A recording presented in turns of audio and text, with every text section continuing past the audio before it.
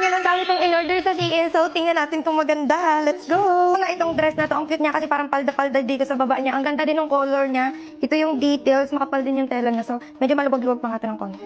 Nakakatangkad siya tingnan. Ang ganda din ng tela niya. Tapos para pa siyang may mga nakaburda-burda dyan. Ang ganda ng tela niya. Ayan o.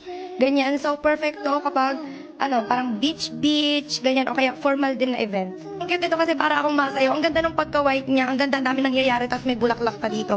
So, ayan, sa mga may hilig dyan sa white, perfect sa inyo. Sa favorite ko kasi masusuot ko to sa event, ang ganda niyan, lalo na sa malapitan. Ayan, may mga bulaklak dyan. Ang ganda ng combination, ang lamig sa mata. So, ayan siya, para siya yung mga nabibili sa ibang bansa. Ganda, parang may pa-gender reveal. Gender reveal. Guys, sobrang favorite ni Jules yung mga ganitong klase ng dress. Kaya dinamihan ko na iba't ibang kulay. Ang ganda din ito. Nung tela niya, kakaiba siya. Ang mahal kaya ng mga ganyang tela.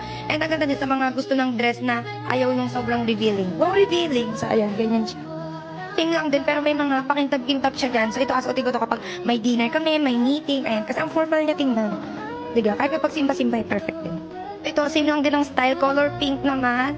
And ang ganda kasi ng mga pagulak-lak siya din na parang cake. Wow, cake. So, ayan, ganyan siya.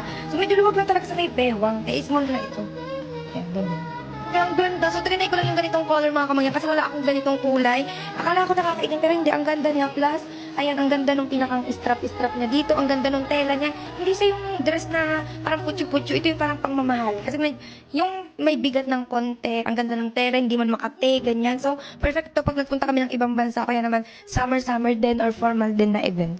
Tulad ko kayo na maliit, ganito talaga yung mga perfect na dress kasi nagamukha kayo ng matangkad. Tapos, ang elegant, ang hinhin lang. So, ayan, ang ganda din ng color nito. Ang lakas parang makaputi niya. So, ang daming nangyayari. Ayan. Diba, parang kung sa ganda. So, ayan, ito yung details niya sa unahan. Ang ganda kasi, hindi siya sobrang revealing. So, hindi ka masisilipan dyan. Ayan. Kung hindi ko na makalimutan, meron din pala akong color black. Ganda! Talagang nagugustuhan ko na yung mga ganitong klase ng dress. Ikay-ikay lang. So, magmumukha lalo akong maliit dito. Pero, hindi naman basta may sandals ka. Ayan.